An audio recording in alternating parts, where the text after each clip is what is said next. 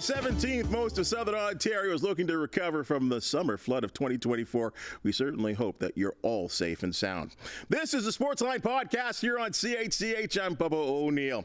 Most of you know the drill, but for those that don't, we love talking about successful teams, athletes, executives, writers, even broadcasters who've made their mark in Southern Ontario. So let's get right down to business. This die-hard fan of the Ottawa Rough Riders was a writer at heart, and while mastering the art of journalism at Durham College, this fella accomplished a dream. That passion covering the ins and outs of the Canadian Football League, and for 35 years at the Canadian Press, Dan Rolfe has done so at a Hall of Fame level. As he likes to say, I have the best job ever. And after stints with the likes of the Georgetown Herald and the Halton Hills Independent on the way up, the journey, I presume, has all been worth it. Dan Rolfe, pleasure to have you in here for the Sportsline Podcast. Has it been all worth it? Oh, hell yeah. I don't know what I'm going to do when I have to work for a living. I know. And that's the best part for you and I both. Hey, you know, your expertise, obviously the Canadian Football League, there's just so much going on right now. I felt like the need to talk to you sort of, you know, whether it be good or bad about the league right now. You've covered it all for so long. So I kind of want to start here. I don't know if it was really a surprise. Maybe the timing was a surprise, but following a third straight walk-off loss, the Edmonton Elks fired Chris Jones. Surprised about the move? Not the move, the timing, yeah. I would share that sentiment as well. I mean, the Elks are reportedly in talks with a new private owner. I kind of thought that was going to take precedence first, and then once that was resolved, then they would talk about the coaching situation. But you know what? You're 0-5 and you're 8-33 as a head coach.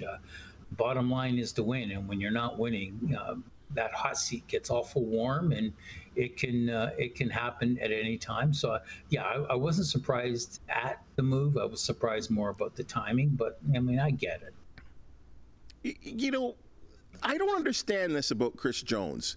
You look at his first stint, and as he had a first stint with Edmonton, well over 500, won a Grey Cup, seen as a defensive mastermind, and he kind of went for more money and a better opportunity at Saskatchewan, and then, you know, went to a high school in Pennsylvania. But what happened in his second stint? It's a really good question. I'm looking at, I mean, the guy had 3 job titles in Edmonton, you know, head coach, GM, and defensive coordinator. And, you know, there was no question in my mind what you said regarding his defensive prowess. I mean, everywhere he went, his first 3 jobs, he won Grey Cups as a defensive line coach and defensive coordinator, and was innovative and was very, very, very good at that job. Maybe becoming, you know, having your fingers in 3 different pies, maybe that was a lot. I mean, as the head coach and GM, you're involved in personnel now, and instead of coaching the players that are given to you, you're now trying to, you know, find players who will fit into your system. And I don't know, maybe Chris Jones, the GM, is not as good as Chris Jones, the defensive coordinator. I just know that all the things that he did his first, you know, when he won his first 3 Grey Cups, I mean, he's a very good coach, and he didn't get dumb overnight. I'm guessing that, you know, the relative youth of the Edmonton roster, you know, maybe it's taken them a little longer to get acclimated to A, pro ball, B, to what Chris wants, and C, you know, understanding what the head coach and the defensive coordinator are looking for. I don't know. I just know that, you know, this current streak that they're on, they're 0-5. They've lost 5 games by a combined 20 points. The last 4 by 3 points. The last 3 by a walk-off field goal. So I don't think they're far. I don't think they're a bad football team. I don't think they're a very good football team to overcome the mistakes that they make to get to these points, and they make very, very crucial mistakes at bad points in football games, and it costs them. You just said it. They make crucial errors at the wrong time, generally 2 plays before losing. Yeah. Is that the fault of the head coach? I mean, Boris Beattie, one of the most experienced, strongest kickers in the league, squibs a kick out of bounds. Ottawa get the ball at the 50-yard line, make one play, and then they kick a winning field goal. There was a face masking penalty in BC, which would cost them a victory. I mean, these are player-related mistakes. Why does the head coach have to pay for it? Well, the head coach gets way too much credit when you win, and he gets way too much blame when you lose. You know what?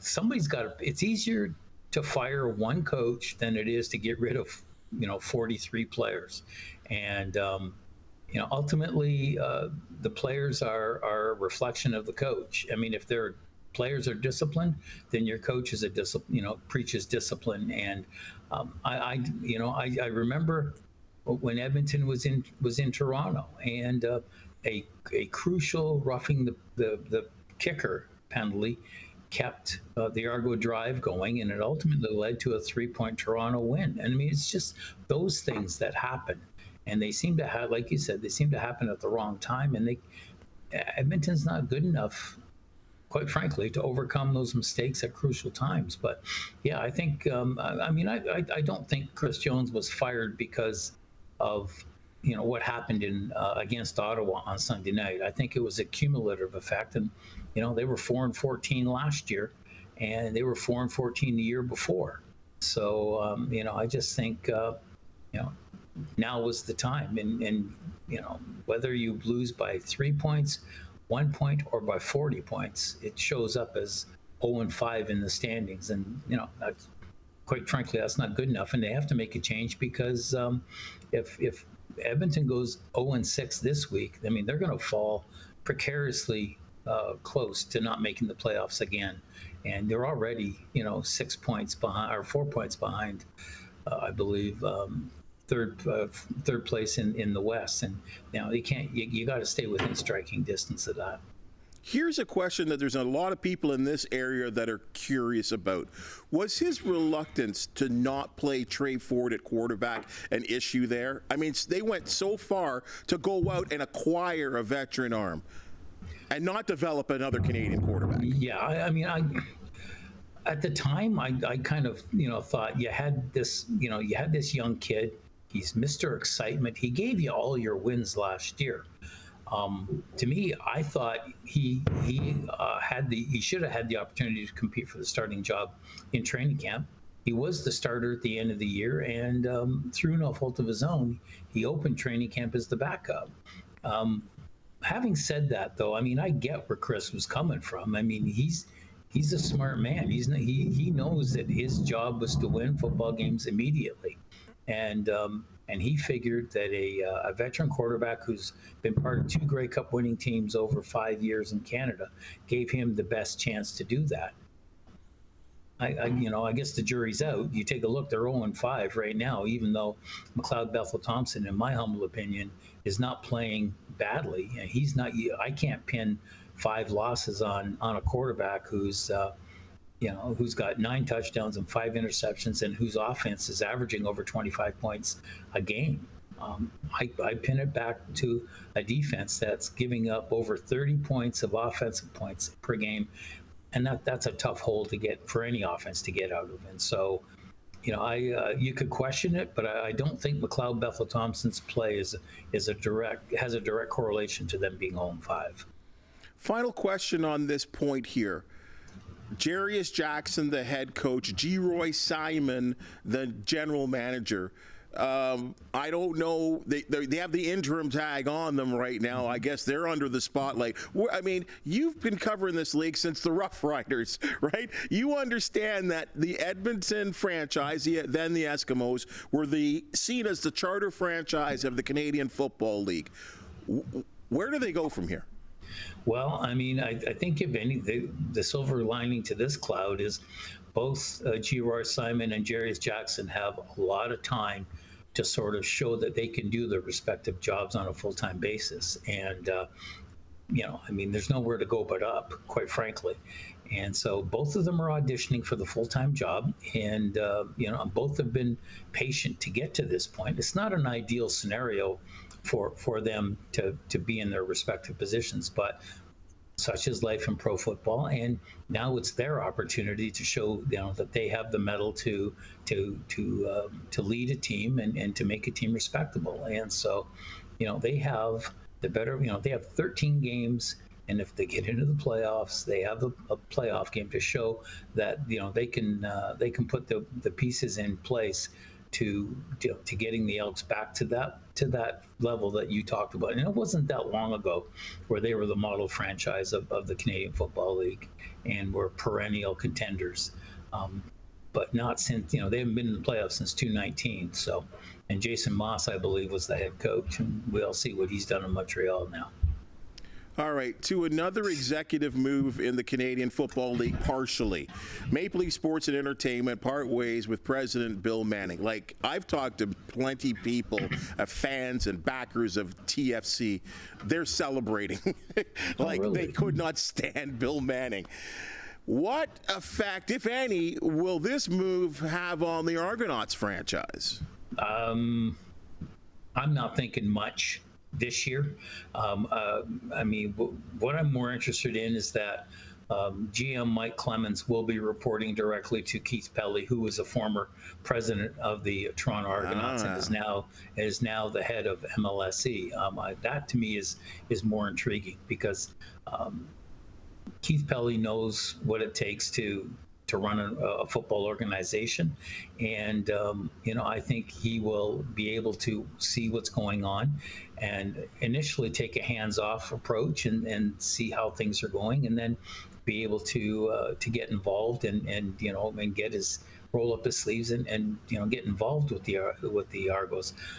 Having said that, I don't think it's a stretch to suggest that the Argos are not a priority for MLSE. I think I don't think that you're going to see whole-scale changes during the remainder of this season, and I think he's going to take a hands-off approach. He also has to fix what's going on at TFC, and that organization is I would argue, in much more dire situation than the Argos are. I mean, Toronto is a contender to reach the playoffs again, and I think they're in much better shape on the field with a football team I'm talking about than TFC is right now with on the Major League Soccer front. So I think he's got a lot on his plate. Keith Pelly does, and I think he's going to have to do a lot of watching and a lot of taking notes about how things are going, and then act accordingly. But I don't imagine Mr. Manning's departure will have a significant impact upon the day-to-day operations of the Toronto Argonauts. Now, I don't know what his involvement is right now. I know he's listed as the general manager. I've heard other people say different things about Pinball Clemens and what his exact status is with the club. But is that not the best place for Pinball to be as the leader, the president of the Argonauts? Well, that's where I'd put him. And I don't say that with any disrespect to his football acumen. Mm-hmm. But no, I think he would be a very good face of the franchise. I think he's someone that people can readily identify with and readily, feel good about. That would be, to me, that would be the place to put him. I believe he was he not in a president's role or in a very executive's role beforehand, once upon a time, and I think he would do well in that. Like I said, I'm not doubting Michael's football acumen. He played the game, he coached the game, and there's precious little he hasn't done. And but I in my mind, I would have moved him to president, and I would have put a guy like Vince Magri as my GM or my director of football ops or my vice president of football ops. Unfortunately for Vince, he's with the Buffalo Bills, but I have tremendous respect for Vince's football acumen and ability to grade talent, and he, in my mind, would have been someone that I put in that role. I remember when Chris Rossetti was in CFL ranks, there were people in CFL telling me that this guy was a bona fide GM candidate in the Canadian Football League, and obviously the NFL saw fit to hire him too. So those are two Canadian kids who I think would have been tailor-made to be GMs in this league. much like Neil McAvoy is in BC. The C in the CFL stands for Canadian, and those two guys would have been perfect fits up here, in my humble opinion. And hooray for the NFL, but not having one or both up here is a big loss in my opinion. Well, I mean, look what's happened in Winnipeg with Walters. I mean, he's just done an unbelievable job for the better part of a decade. We'll come back to the Argonauts. Let's go to the 0-5 Tiger Cats, who, boy, that was a real, I'm sure you were right there on the 7th floor of Tim Hortons Field watching that debacle against the BC Lions. And it's hard to kind of get that game out of your mind, though the organization, the team, they've got to move on. They got to wipe, look at the film, as I said, look at the film and wipe the slate clean out there. Now, they made no moves during their most recent bye week. I don't know, does that surprise you? And is this winless start, at this point, because no moves were made at the coaching positions or defensive coordinator, as everyone's been rumored about, is this winless start more about the players and not the coaches? Well, I mean, I'm looking at, you talked about the lack of movement on the coaching front. They've already done that. They made the change with the special teams coordinator. And I'm not sure that there's much room under the coaching cap to make another move, to be honest with you. I think you want to show stability at the coaching ranks to sort of show the players that you're staying the course and you're not panicking. Although at 0-5, there's certainly a sense of urgency because you're falling further and further behind of a potential playoff spot, and you're losing games to division rivals, and that's not helping because you're losing ground and also season series in the event of a tie.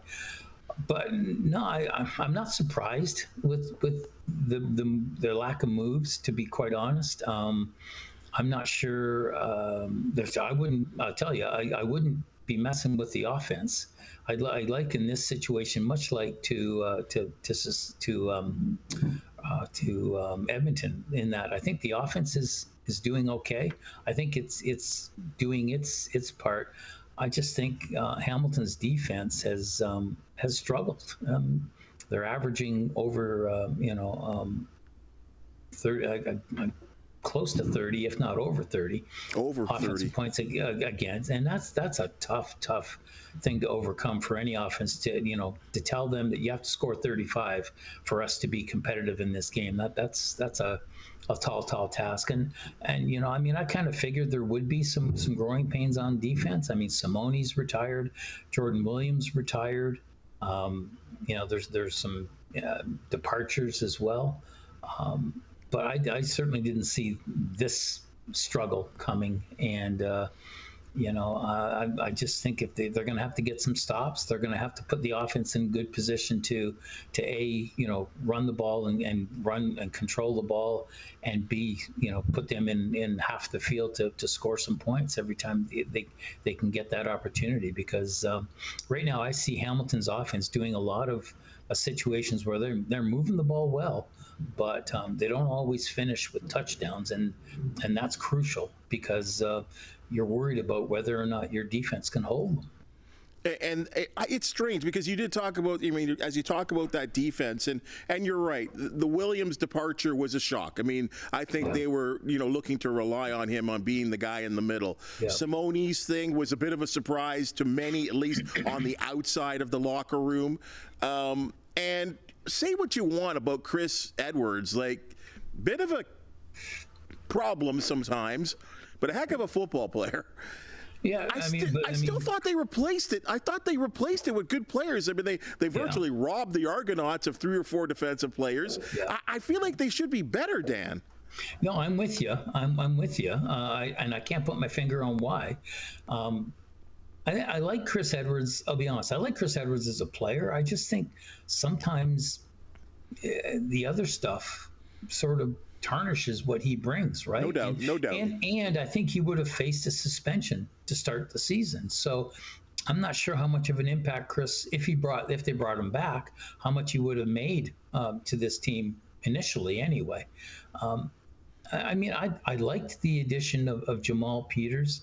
I like some of the moves in the secondary, or some of the players in the secondary.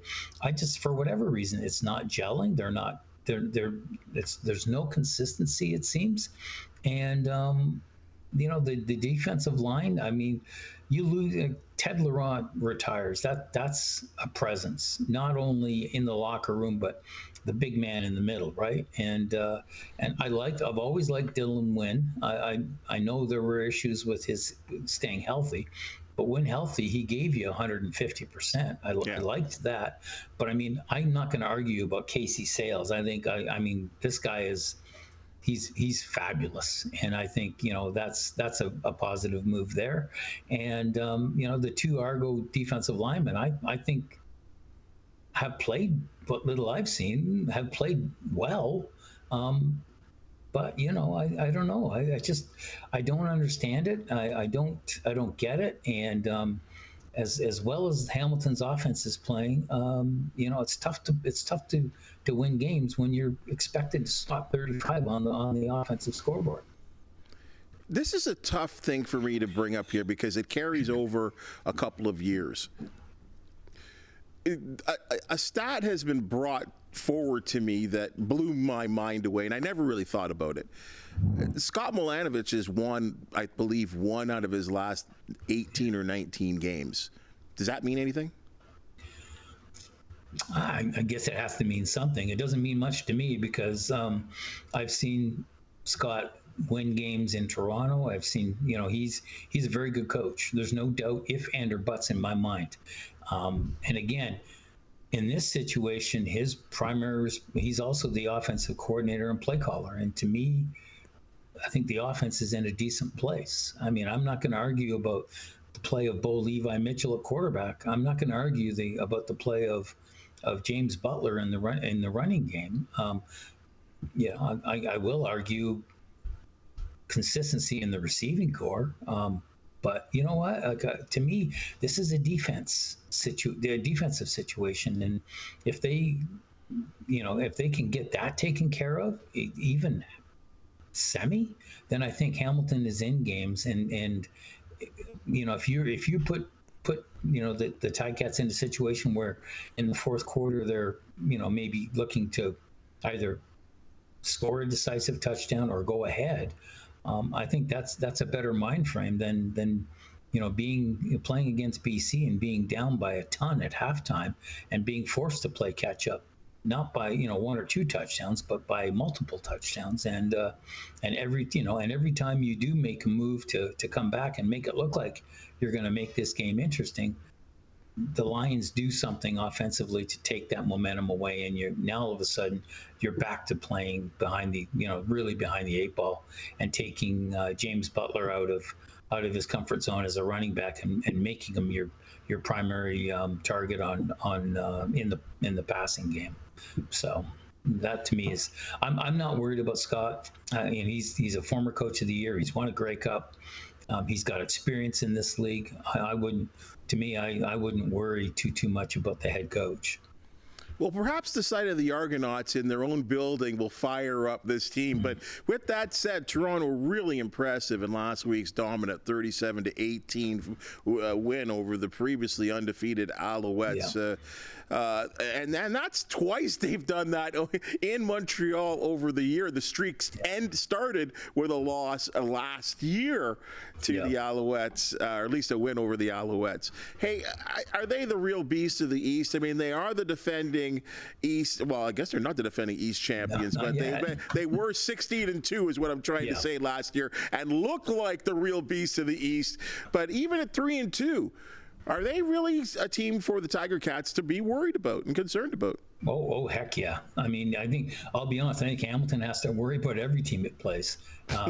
You don't have that luxury to look past anyone right now when you're 0-5. And this is a rivalry game, though. You and I have seen it. How many Labor Day games, Toronto come in and they're doing very, very well, and then they get to Ivor Wynn or now Tim Hortons, and all of a sudden the Ticats play like gangbusters and beat the Argos.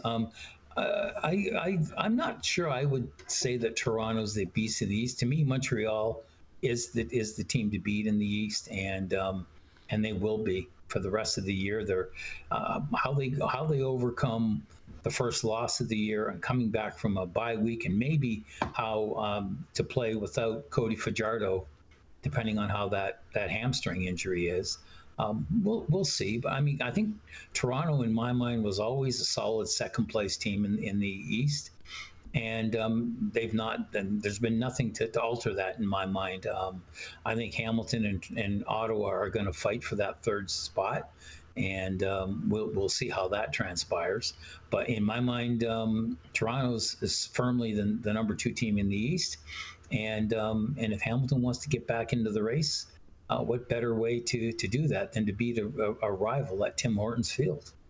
They're 3-2, as we said, those Argonauts, and for the first 2 games of the regular season, we're talking about Cameron Dukes and as the quarterback replacing Chad Kelly, and everyone was saying, who needs Chad Kelly? And then the next 2 games, there was a kind of mindset, when's Chad Kelly coming back? And then there's the big upset at Percival Molson. Where are we with Cameron Dukes right now as the quarterback leading this club? In my mind, I'm still taking a wait and see. You know, they're 3-2. I mean, Chad's going to be gone a minimum of 9 games. So, I mean, we're roughly halfway through, you know, Chad being away from the football team and having to deal with those issues. I think the Argos are going to have a very interesting decision to make if all of a sudden they're 6-3, you know, when assuming that Chad is eligible to return after serving his 9-game suspension. You know, and I think they're going to take a wait and see attitude. And I know I am. I'm not even going to talk about, and no disrespect to Chad, but given the situation, he's not with the football team anymore. He's got other things to take care of. Let him take care of those, and life goes on in pro sport. I think they've shown when Cam can play within the system and gets the support of a very, very good running game, that offense is very, very good, very proficient. If and when they have to abandon the run and go to the pass to come back or to rally, then you know what? I think Cameron's a very good quarterback. I think he stays within the confines of the offense. I think he's very efficient, but he hasn't shown me that he's capable of consistently throwing 300 yards in that offense. And I'm not sure the offense needs him to throw 300 yards for it to be to click. What it needs is, you know, Kadeem Carey and Dante McMahon and Daniel Adder-Boboye to all 3 carry the load running the ball and you know, set up a situation where they're getting 4, 5, 6 yards a carry, and Cam can do you know, the sprint outs and do the short passing thing, or even run himself and keep the ball moving that way. You know, they've got good receivers. I'm not downplaying that, but I'm just not sure that the offense right now is set for him to, you know, to play bombs away and throw the ball downfield all game. Well, I think from a Tiger Cat perspective, looking at the Argonauts, you have to give them respect. I mean, I remember in the preseason game talking to Mike Hogan, the broadcaster for the Argonauts in Guelph, and he said, you know what, there was a lot of losses. There was a lot of player losses that I've seen there for the Argonauts. Some, even guys like Curly Gittin Jr. Getting traded away. And he kind of said that, you know what, there's a bunch of guys that are coming up are going to fill those spots that are going to surprise you. And to be honest, they really, really, really have surprised me. But they put such a beating on the Tiger Cats last year. You were at all those games. They were painful at times looking at how good Toronto were against Hamilton. So let's hope for a real good game. I think the Tiger Cats, like, you may be right. Like, 0-6 to me, but there's a huge difference between 0-5 and 0-6. Am I wrong here? No, I'm with you. I think 1-5 looks a lot better than 0-6, even though it's only a win. I just think a win against Toronto is always something to be celebrated in Hamilton, but a win against Toronto to stop a 5-game skid and get back into the all of a sudden you're only 4 points behind Toronto, and you've got 2 more games to play them, right? And I think that there is a sense of urgency in my mind, and you just 0-6, because it's like, what else? What else can go wrong, and what do we have to do? I think if you can get a win against Toronto at home, knowing that you have 2 more games against the Argos, then at least you've got something to hang your hat on and aim for, and say, look, we got 2 more games with Toronto, we win those, and then all of a sudden we win the seasons. We can win the season series and be tied, and now we can actually look at maybe catching Ottawa for second, if that's how that transpires, knowing that you still got a full complement of games against the Red Blacks as well. Interdivision games are important, but I also think when you're chasing those division teams, then those games take on a paramount importance in my mind. Well, let's hope the donut box is rocking on Saturday night. And on that thought, attendance down in the CFL's most passionate markets, that's Hamilton and Regina, of all places. Yeah. Does this make any sense to you? Even through rough patches, there's always been fan support, but there seems to Regina's strange to me because they've gotten off to that 4-1 start. There was a lot, but I do remember there was a lot of fan malaise regarding once the pandemic passed. Rider fans used to travel from all over the province to come down and support their football team. And then you heard the stories about people talking, instead of making 9 trips down to Mosaic, I'm only going to make 5, or now I'm only going to make 3. And then there was, the last 2 years, the Riders finished their seasons losing 7 straight games and missing the playoffs and looking really bad doing it. I think they're 4-1 now. I like their head coach. He's pressing all the right buttons.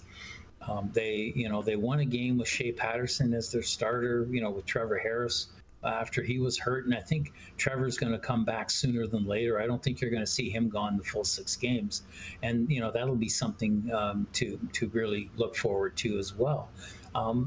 Maybe if they can string a couple more wins together, then maybe the people will come. But as for Hamilton, I'm more surprised about that, because Ticat fans, they support their team through thick and thin, and if attendance is starting to erode at Tim Hortons Field, that to me is a big concern, because there are no more passionate fans in Southern Ontario than Ticats fans, and if there's a relative malaise about the club at 0-5, I can only imagine what it's going to be if it goes to 0-6 or 0-7.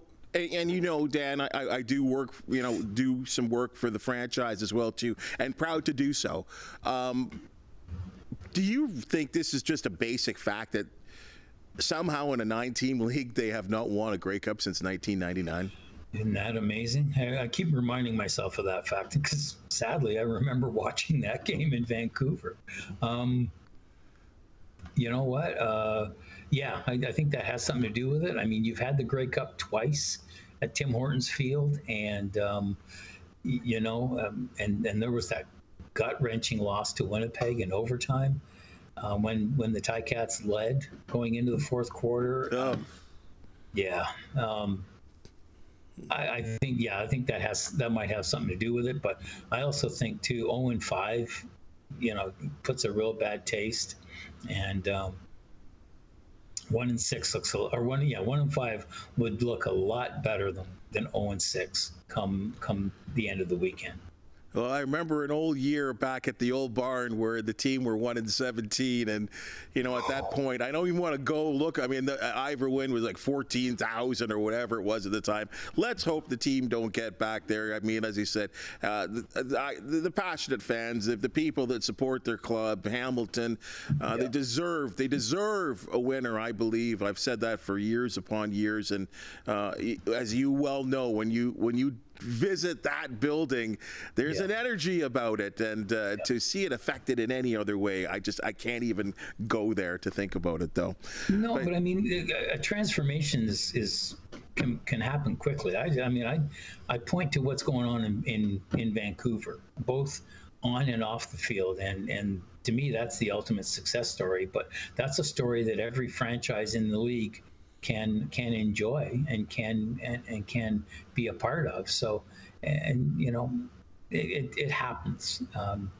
Look at what happened in Montreal before last year, right? I mean, they were downtrodden and they had struggled, and you get on a nice roll, you get into the playoffs, and you win a Grey Cup, and all of a sudden there's a rejuvenation in the marketplace. So, I'm not suggesting that the Ticats are anywhere near that in terms of the state of the franchise. I'm just saying that it can turn around very, very quickly. Well, let's hope so. Hey, you've been fabulous, Dan. Really appreciate your thoughts, your education about the league. It makes great listening to and watching from a standpoint of the information, the inside knowledge that you do have about the Canadian Football League, and you're a good guy on top of that as well, too. Well, there are those that would beg to differ, but I appreciate the sentiment. Thank you. And always enjoyable to sit back and talk about a passion, and Canadian football is definitely my passion. All right, Dan. Hope we can talk to you soon about that passion. Me too. Be well and be safe. All right. Thanks very much. Hey, folks, we love talking sports from a local, provincial, and national perspective. And if you do know of an athlete, team, or event to promote, the Sportsline Podcast want you. Please comment, hit that subscribe, like, and thumbs up button, and be sure to check out all the informative and entertaining podcasts CHCH have to offer. For the outstanding colleagues that make the Sportsline Podcast possible, thank you so very much. And be sure to check us out tomorrow.